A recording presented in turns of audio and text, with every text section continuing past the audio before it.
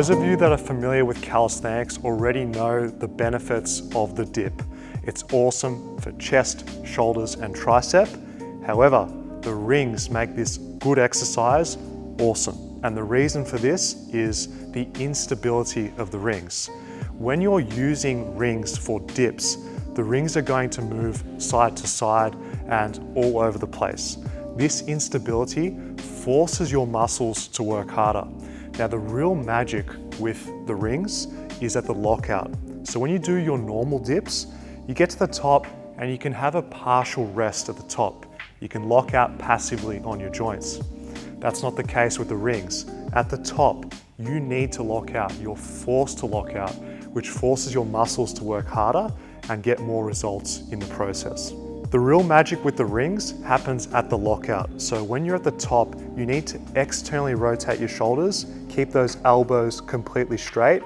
This is going to pump your triceps. This is going to pump your shoulders and also your chest. In order to do these perfectly, you want to use a full range of motion. Get yourself down to 90 degrees, and of course, get that lovely lockout at the top position.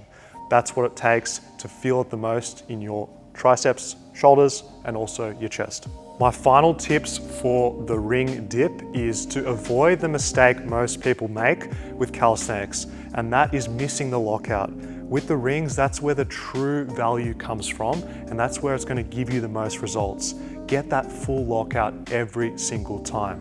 The last mistake that a lot of people make is hunching at the top. This makes the exercise easier and it reduces your results.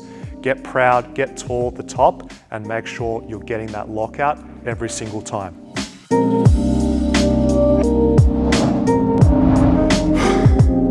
Those of you that want to build a bigger chest without weights should definitely try the Bulgarian dip. Before we get into this one, I want to give you a really quick anatomy lesson of the chest so that you know why we're doing this exercise and why it's so effective for building size. What we're mastering with the Bulgarian dip is the stretch and squeeze of the chest. The chest performs adduction as one of its roles. That's when you bring your arms towards your sides, getting that squeeze through the chest. As you can see with the Bulgarian dip, we're stretching and squeezing every single rep. This is much more superior than parallel bar dips because we're hitting all of the functions of the chest now.